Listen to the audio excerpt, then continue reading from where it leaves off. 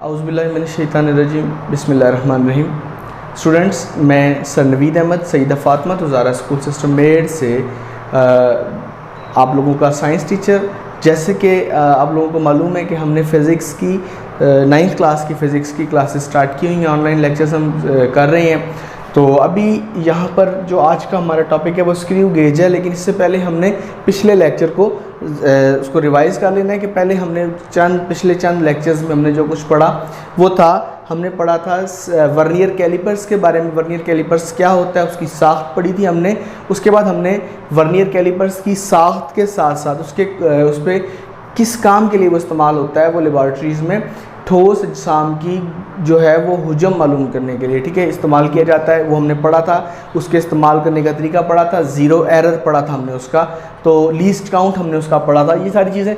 अब मेरे पास एक ऐसा आला है जो वर्नियर कैलिपर्स की निस्बतन ज़्यादा मुस्तनद और ज़्यादा पायदार जो है वो पैमाइश करके देता है आपको अजसाम की। उसका नाम है स्क्रू गेज, जिसको हम लोग आज डिस्कस करने जा रहे हैं। जिस टॉपिक को वो है स्क्रू गेज। अब बेसिकली स्क्रू गेज क्या होता है, उसकी साख्त वो मैं आपको आगे जाके बताऊंगा कि स्क्रू गेज कैसा होता है, स्क्रू गेज की साख्त क्या है। जैसे हमने वर्नियर कैलिपर्स की पढ़ी थी वो सारा कुछ हम डिस्कस करेंगे। हम आज क्या करेंगे जी, स्क्रू गेज के बारे में पढ़ेंगे। स्क्रू गेज एक ऐसा आला है जो वर्नियर कैलिपर्स की बनिस्बत ज़्यादा दुरुस्तगी से छोटी लंबाइयों की पैमाइश मालूम कर सकता है, ठीक है।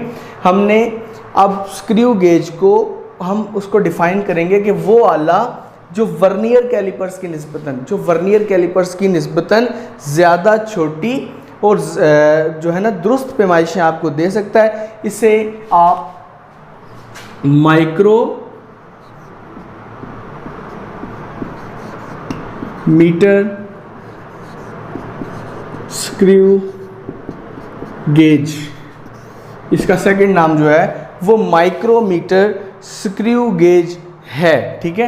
इसकी साख्त कैसे होती है वो मैं आगे जाके आपको बता देता हूँ। अब दोबारा हम रिवाइज़ करेंगे कि हमने लास्ट वीक में हमने पढ़ा था, लास्ट लेक्चर्स में हमने पढ़ा था कि वर्नियर कैलिपर्स की साख्त कैसी होती है, वर्नियर कैलिपर्स का ज़ीरो एरर क्या होता है, लीस्ट काउंट क्या होता है, वर्नियर कैलिपर्स किस तरीके से काम करता है। एक हो गया। यहाँ हम स्क्रू गेज को डिस्कस करने जा रहे हैं। अब स्क्रू गेज को डिस्कस करने के लिए हमने देखना है कि क्या स्क्रू गेज वर्नियर कैलिपर्स की निस्बतन ज़्यादा दुरुस्तगी से पैमाइश कर सकता है। जी बिल्कुल कर सकता है। क्या स्क्रू गेज वर्नियर कैलिपर्स के मुकाबले में छोटी पैमाइश को अच्छे तरीके से बयान कर सकता है। जी बिल्कुल, स्क्रू गेज वर्नियर कैलिपर्स की पैमाइश से उससे छोटी पैमाइश को भी अच्छे तरीके से बयान करेगा। इसीलिए स्क्रू गेज का सेकंड नाम, जो दूसरा नाम उसको दिया जाता है, वो दिया जाता है micrometer screw gauge. Micrometer screw gauge. तो अब बात रह गई नेक्स्ट टॉपिक की, और नेक्स्ट टॉपिक है स्क्रू गेज की साख्त। स्क्रू गेज की साख्त क्या होती है वो हम नेक्स्ट स्लाइड में, नेक्स्ट वीडियो में मैं आपको समझा देता हूं। तो अभी हम चलते हैं स्क्रू गेज की साख्त की जानिब। जी तो स्टूडेंट्स, अभी हम जैसे मैंने आपको बताया था कि हम डेमो भी करेंगे इसका, या मैं आपको इसकी सारा स्ट्रक्चर समझाऊंगा माइक्रोमीटर स्क्रू गेज का। तो सबसे पहले हमें यहाँ पर जो चीज़ नज़र आ रही है ये एक यू शेप्ड फ्रेम है, ठीक है। ये आपको यू शेप्ड यू नज़र आ रहा है ना, यू की शक्ल में। तो ये एक यू शेप्ड फ्रेम है, ठीक है। इस पर ये मुश्तमिल होता है, जिसके एक जानिब जो है वो धात का बटन होता है, स्टड कहते हैं आप इसको, ठीक है। क्या कहते हैं आप इसको? स्टड कहते हैं। स्टड लगा होता है, ये आपके सामने मौजूद है। और स्टड के दूसरी जानिब खोखला सिलेंडर होता है, ये आपके पास मौजूद है, ठीक है। ये खोखला सिलेंडर है, इसको स्पिंडल कहते हैं। क्या कहते हैं जी? स्पिंडल कहते हैं, स्लीव भी कहा जाता है, ठीक हो गया। और इस खोखले सिलेंडर पर इसके एक्सिस के पैरेलल इंडेक्स लाइन होती है, ठीक है। इंडेक्स लाइन किधर है आपके पास? ये आपकी इंडेक्स लाइन नज़र आ रही है आपको, ये इंडेक्स लाइन है। जब आप इस सर्कुलर स्केल को घुमाते हैं, ठीक है, इसको, ये चूड़ीदार स्केल है ना, आप इसको घुमाएंगे तो ये इंडेक्स लाइन आगे की तरफ चलेगी, ठीक है। तो वो हम इसको आगे पढ़ते हैं।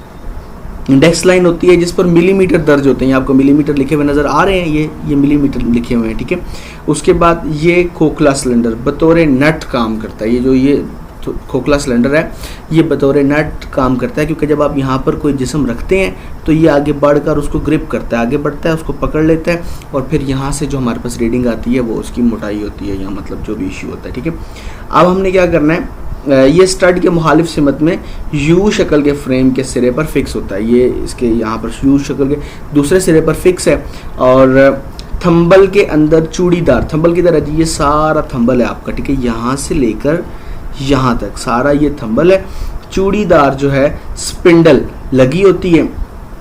जैसे ही थंबल एक चक्कर मुकम्मल करता है, ये थंबल आपका जब आप इसको घुमाते हैं तो जब एक चक्कर ये मुकम्मल करता है घूमने के बाद, तो क्या होगा, स्पिंडल 1 मिलीमीटर इंडेक्स लाइन की सिमत हरकत करती है। ये स्पिंडल जो है ये 1 मिलीमीटर पीछे की तरफ हरकत करती है, ठीक है, 1 मिलीमीटर पीछे की तरफ हरकत करेगी और उसके बाद क्या होगा,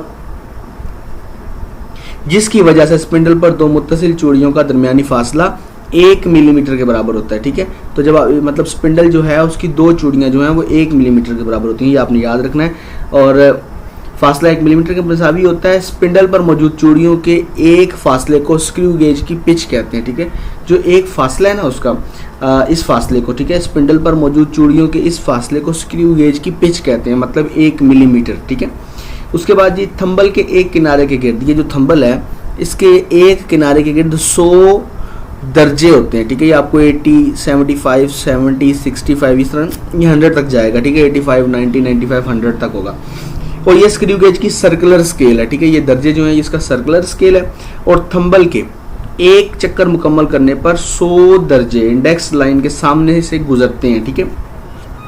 और थंबल जो है मेन स्केल पर 1 मिलीमीटर का फासला तय करती है, ठीक है। और थंबल मेन स्केल पर 1 मिलीमीटर पर सर्कुलर स्केल के एक दर्जे की इंडेक्स लाइन से हरकत थंबल को मेन स्केल पर 1/100 मिलीमीटर यानी 0.01 मिलीमीटर हरकत देती है। ये आगे हम मैथमेटिकली फॉर्म में भी करेंगे। और स्क्रू गेज का लीस्ट काउंट अगर आपने मालूम करना है तो वो तरीका मैं आपको आगे जाके वाइट बोर्ड पर समझा दूंगा। अभी तक के लिए आपको इतना ही। ये मैंने आपको स्क्रू गेज का सारा बता दिया कि क्या होता है। इस पर 100 दर्जे होते हैं। ये आपका मेन स्केल है, इसे इंडेक्स लाइन भी कहते हैं। ये सर्कुलर स्केल है, ये आपका थंबल है, ये रिजिड है, ठीक है। और उसके बाद यहाँ से ये स्पिंडल है। जब आप इसको घुमाते हैं, 2 चूड़ियाँ घूमने के बाद, 2 चक्कर मुकम्मल करने के बाद ये 1 मिलीमीटर का फासला तय करती है, जिसे आप लीस्ट काउंट कहते हैं, ठीक है। और माइक्रोमीटर स्क्रू गेज जो है वो यू शेप्ड होता है। ये जो है ये आपका गैर मुतहर्रक स्टड है। ये मुतहर्रक होता है स्पिंडल। आप जैसे जैसे इसको सर्कुलर जो सर्कुलर स्केल है इसको आप घुमाते जाएंगे तो स्पिंडल आपका दाएं या बाएं होता जाएगा, ठीक है। अभी हम चलते हैं स्क्रू गेज का लीस्ट काउंट मालूम करने के लिए। तो उसके लिए हमें वाइट बोर्ड की ज़रूरत होगी, तो बाकी का काम हम वाइट बोर्ड पर करेंगे। जी स्टूडेंट्स, जैसे अभी हमने स्क्रू गेज की साख्त के बारे में पढ़ा, उसकी सारी साख्त, उस पर उसके जिस्म पर मौजूद जितनी भी चीज़ें हैं, जिन चीज़ों को मिलाकर असेंबल कर आपको स्क्रू गेज मिलता है वो हम पढ़ चुके हैं। जो जो भी होता है वहाँ पर हमने इसको सारे को डिस्कस किया।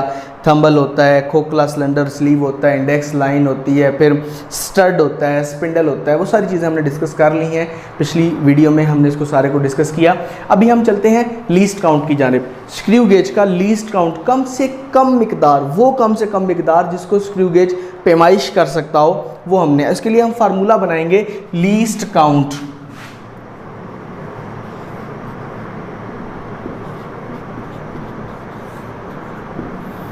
स्क्रू गेज का लीस्ट काउंट किसके बराबर होता है? फार्मूला हम बनाएंगे। फार्मूला होगा जी स्क्रू गेज की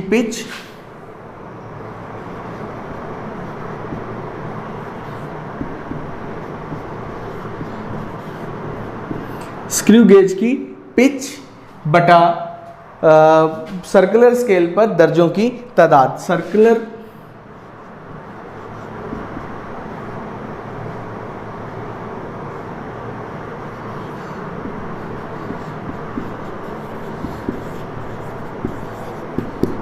दर्जों की तादाद, ठीक है। हमने फार्मूला बना लिया क्या? Least count is equal to screw gauge की पिच, जो स्क्रू गेज की पिच है वो बटा सर्कुलर स्केल पर कुल दर्जे कितने हैं उनकी तादाद। तो अभी हम चलते हैं, इसमें हम अपनी वैल्यूज पुट करते हैं और देखते हैं कि हमारे पास लीस्ट काउंट क्या आता है। तो यहाँ पर हमारे पास least count is equal to screw gauge की पिच बटा सर्कुलर स्केल पर दर्जों की तादाद है। अब यहाँ हमने देखना है कि स्क्रू गेज की पिच कितनी होती है। स्क्रू गेज की पिच जो है वो बराबर होती है 1 मिलीमीटर ओवर सर्कुलर स्केल पर दर्जों की तादाद। सर्कुलर स्केल पर मैंने आपको बताया था कि वो जो गोल घूमने वाला स्केल है उस पर टोटल 100 दर्जे होते हैं। तो जब 100 दर्जे होंगे तो हम यहाँ पर 100 स्टेप्स हैं ना, उसके 100 दर्जे हैं, तो हम यहाँ बेटे 100 लिख देंगे, ठीक है। अब हमने क्या करना है, हमने इसको डिवाइड करना है। जब हम डिवाइड करेंगे तो ये हमारे पास 0.01 मिलीमीटर, और अगर हमने सेंटीमीटर में लिखना है तो 0.001 सेंटीमीटर आ जाएगा। ये आपका आंसर है जी। लीस्ट काउंट अगर आपसे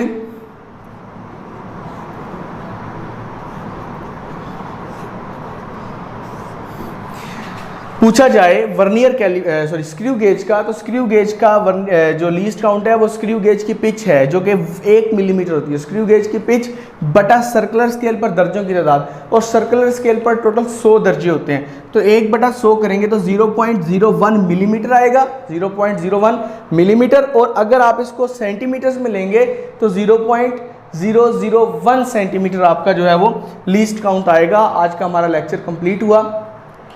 हम इसको दोबारा रिवाइज कर लेते हैं। सबसे पहले हमने पढ़ा स्क्रू गेज क्या होता है। स्क्रू गेज ऐसा पैमाना है जो मुस्तनद आपको ऑथेंटिक मेजरमेंट देता है किसकी, ठोस अजसाम की।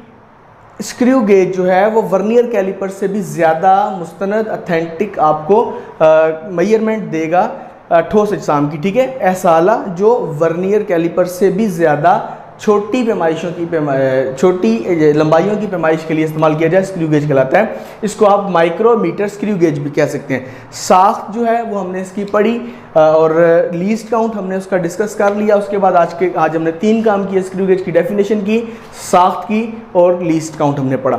अब यहाँ पर बात ऐसी है कि स्क्रू गेज को साख्त जो है वो आपको वैसे ही मैंने पढ़ा दी, समझा दी, आपने उसको नोट कर लेना है। बुक के पेज नंबर 13 पे इसकी सारी साख्त जो है वो लिखी हुई है। लीस्ट काउंट का जो फार्मूला है वो मैंने यहाँ पर बनाकर आपको सॉल्व कर दिया। इसके 2 आंसर होते हैं। अगर मिलीमीटर में आपसे पूछा जाए तो 0.01 मिलीमीटर होता है, और अगर सेंटीमीटर में पूछा जाए तो 0.001 सेंटीमीटर होता है।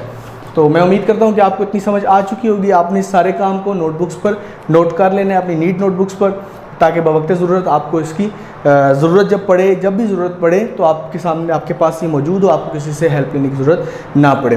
तो तब तक के लिए, जब तक एक नए सबक के साथ दोबारा मुलाकात नहीं होती, अल्लाह हाफ़िज़, फ़ी अमानिल्लाह।